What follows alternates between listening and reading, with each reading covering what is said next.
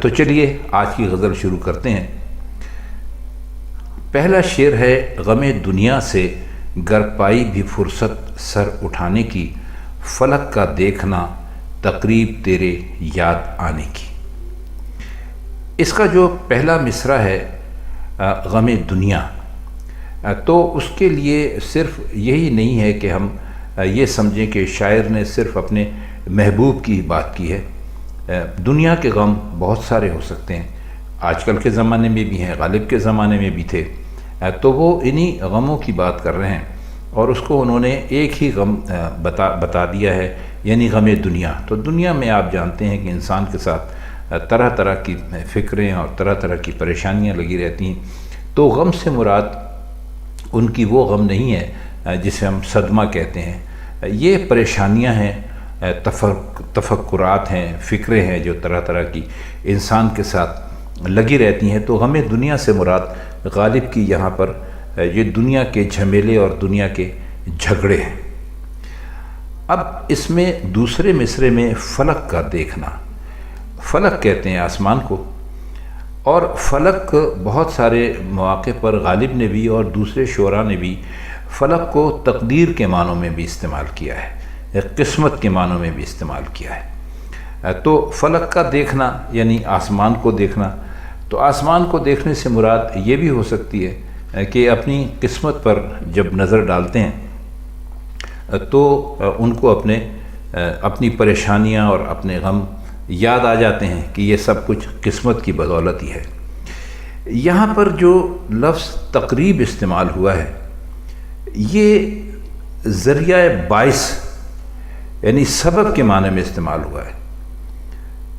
اس کا ایک مفہوم یہ بھی ہو سکتا ہے کہ بعض ایسے طریقے پر کی جائے جس سے دلیل یا نتیجہ ذہن میں آ جائے۔ تو تقریب کو آپ بھی انہی معنوں میں دیکھیں گے تو آپ کو یہ شعر سمجھنے میں کافی سہولت ہوگی۔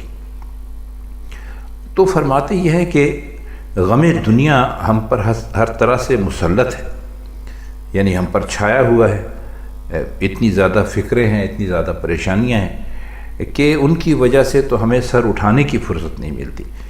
سر اٹھانے کا اس لیے استعمال کیا ہے، یہاں پر یہ لفظ استعمال کیے ہیں کہ جب آدمی کسی غم میں یا کسی پریشانی میں ڈوبا ہوا ہوتا ہے تو آپ نے دیکھا ہوگا کہ وہ سر جھکا کر سوچوں میں غرق ہوتا ہے۔ تو کسی وقت کہتے ہیں کہ اگر فرصت مل جائے، اول تو اس کی فرصت ہی نہیں ملتی، لیکن اگر کبھی اتفاق سے سر اوپر اٹھتا ہے اور جو ہماری نظر آسمان پر پڑتی ہے تو ساتھ ہی محبوب تو یاد آ جاتا ہے، جو کہ ہماری بہت ساری جو فکریں ہیں ان میں سے ایک فکر تو بھی ہے۔ تو ہم یہ سمجھتے ہیں کہ جیسے ہمیں اور بہت سارے غم ہیں تو تیرا غم بھی ساتھ لگا ہوا ہے۔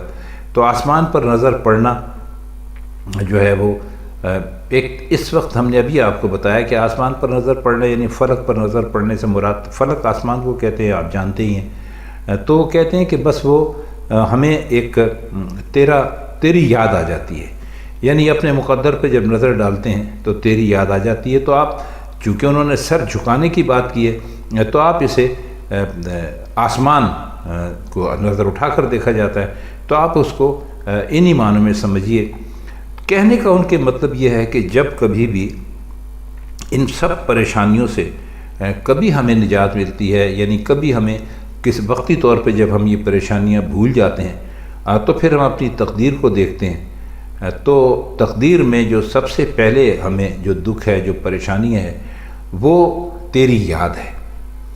یعنی دنیا کے سارے غم جو ہیں وہ ایک طرف ہیں اور محبوب کی یاد ایک طرف ہے۔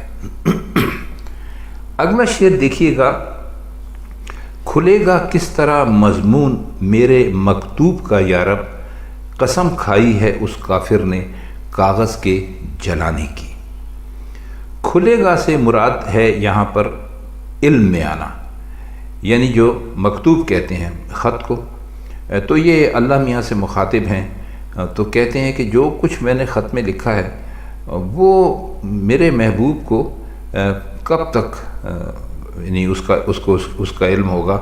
اور قسم کھانا کہتے ہیں کہ اس کے دو معنی ہو سکتے ہیں، ایک تو یہ کہ محبوب نے فیصلہ کر رکھا ہے کہ جو کاغذ اس کے پاس پہنچے گا وہ اسے جلا دے گا، اور دوسرے یہ کہ وہ اسے ہرگز نہ جلائے گا۔ تو اب ہم اس شعر کا مطلب کرنے کی کوشش کریں گے تو آپ کی سمجھ میں یہ دونوں باتیں آ جائیں گی۔ تو کھلے گا کس طرح، مضمون کا مطلب یہ ہے کہ جو کچھ میرے خط میں لکھا ہوا ہے اس کا علم میرے محبوب کو کیسے ہوگا، اس لیے کہ اس نے تو اس بات کی قسم کھا رکھی ہے۔ کافر کہا، کافر محبوب کو کہتے ہیں، صنم بھی کہتے ہیں، کافر بھی کہتے ہیں، شوخ بھی کہتے ہیں، بہت سارے الفاظ ہیں جو اردو شاعری میں محبوب کے لیے استعمال ہوتے ہیں۔ تو فرماتے ہیں کہ اس کافر نے، اس صنم نے، ہمارے محبوب نے کاغذ کو جلانے کی قسم کھا رکھی ہے۔ آئیے اب اس کو ذرا مزید سمجھنے کی کوشش کرتے ہیں۔ فرماتے ہیں اے اللہ، میرے خط کا مضمون محبوب پر کیوں کر کھلے گا، یعنی اسے کیوں کر معلوم ہوگا کہ مجھ پر کیا گزر رہی ہے۔ تو اس کافر نے تو فیصلہ کر رکھا ہے کہ جو کاغذ اس کے پاس میری طرف سے پہنچے گا اسے دیکھے اور کھولے بغیر ہی وہ جلا دے گا۔ دوسرا پہلو یہ ہو سکتا ہے کہ خط کھول کر مضمون پڑھ لینے کی، یعنی جو کچھ بھی خط میں انہوں نے ماجرا لکھا تھا، اپنا حال دل ہی لکھا ہوگا، ظاہر ہے محبوب کو خط بھیج رہے ہیں تو اور کیا لکھا ہوگا۔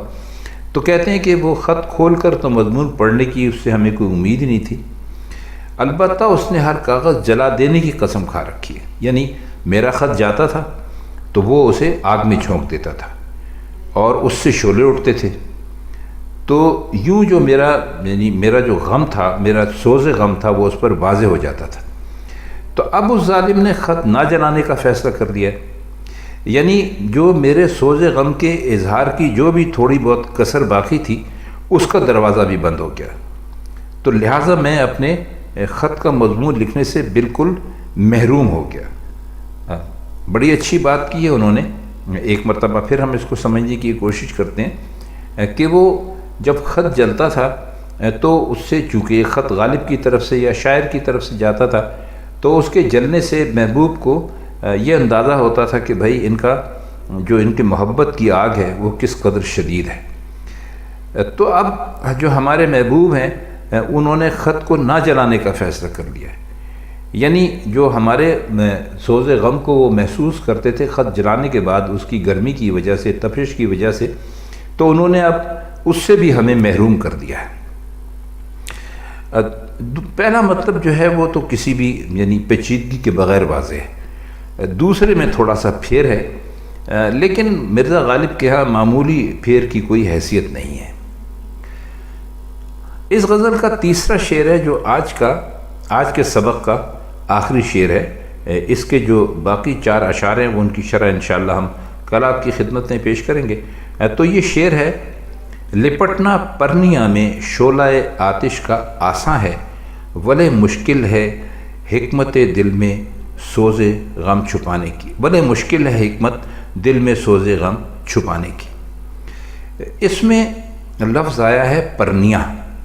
پرنیا کہتے ہیں ریشم کو، جو ریشم کا کپڑا ہوتا ہے اس کو پرنیا کہتے ہیں، اور شعلہ آتش کا مطلب ہے آگ کا شعلہ، اور ولے جو یہاں استعمال ہوا ہے اس کا مطلب ہے لیکن، اور حکمت کا مطلب ہوتا ہے کوئی بھی سمجھداری کی بات، ایسی بات جس میں سے کوئی دانش کا یا کوئی عقل کا پہلو نکلتا ہو۔